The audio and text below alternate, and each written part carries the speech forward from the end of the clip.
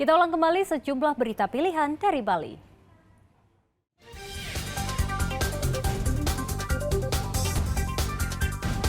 ...66 hektar sawah di Kabupaten Jembrana mengalami kekeringan.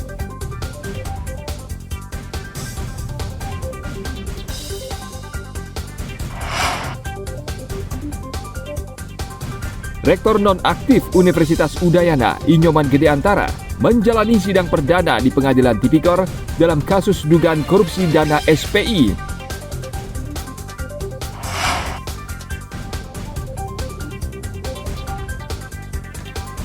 Mencoba kelezatan soto bakso sapi legendaris di Kota Denpasar.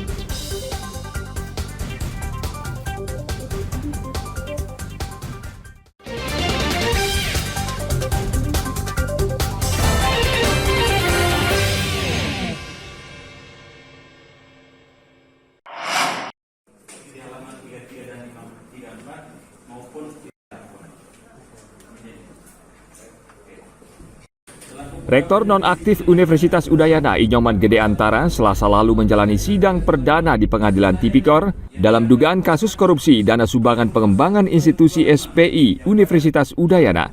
Dalam dakwaan, jaksa menuduh terdakwa melakukan korupsi hingga merugikan negara 335 miliar rupiah. Jaksa menilai terdakwa sengaja mengendapkan dana sumbangan pengembangan institusi di sejumlah bank agar mendapat hadiah atau fasilitas mobil.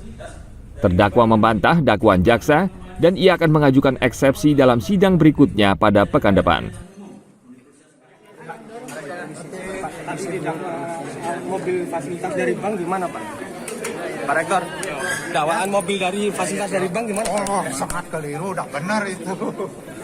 Udah benar. Memang yang benar gimana, Pak? Kan katanya mengendap ya, dana SPI. Nah, ada kan itu melalui perencanaan penggunaan.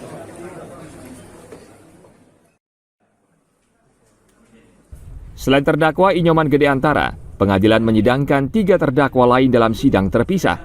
Terdakwa Inyoman Gede Antara tersandung kasus korupsi sumbangan pengembangan institusi, saat ini menjabat sebagai Ketua Tim Penerimaan Mahasiswa Baru Jalur Mandiri Universitas Udayana tahun akademik 2022-2023. Dalam perkara ini, terdakwa meminta bantuan pengacara kondang Hotman Paris. Tim Liputan melaporkan dari Kota Denpasar.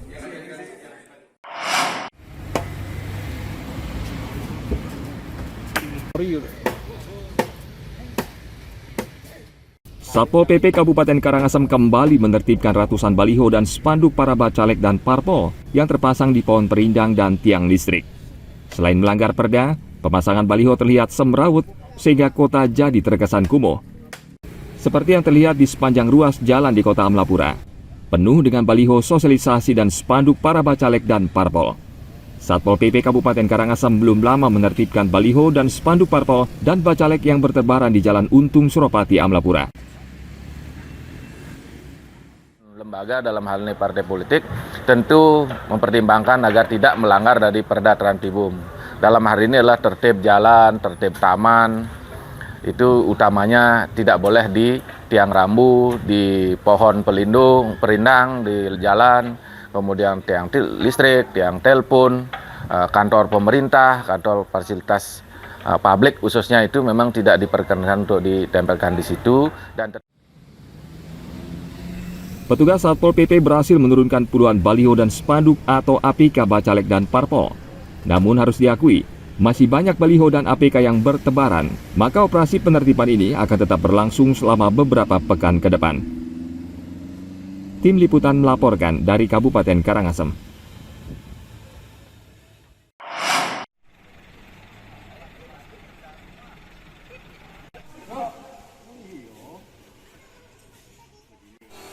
Salah satu yang paling penting dan rawan dalam tahapan pemilu adalah proses pendistribusian surat suara. KPU Provinsi Bali meminta seluruh kabupaten di Bali mempersiapkan gudang logistik yang memadai untuk menghindari keterlambatan pendistribusian surat suara saat pemungutan suara mendatang.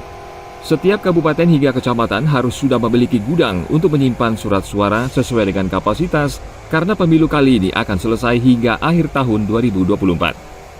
KPU juga meminta gudang logistik harus dilengkapi denah bagian penerimaan, bagian pengisian dan pengangkutan, serta petugas penjaga gudang dan CCTV yang terhubung ke KPU Bali dan kepolisian. banyaknya saya tidak ingin lagi kejadian 2019 terjadi, ya.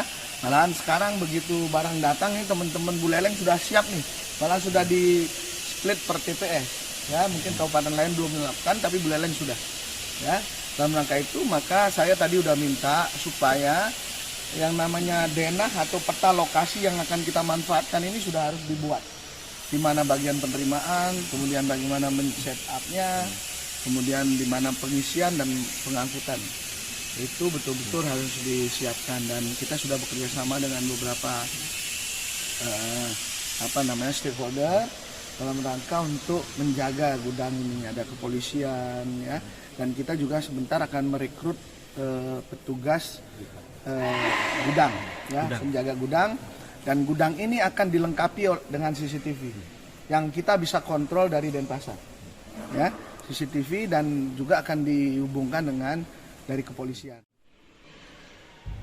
Untuk Kabupaten Buleleng, Sekretariat KPU telah menyiapkan gudang logistik yang berlokasi di Desa Pamaron.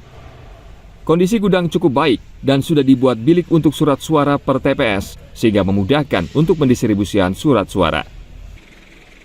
Tim Liputan melaporkan dari Kabupaten Buleleng.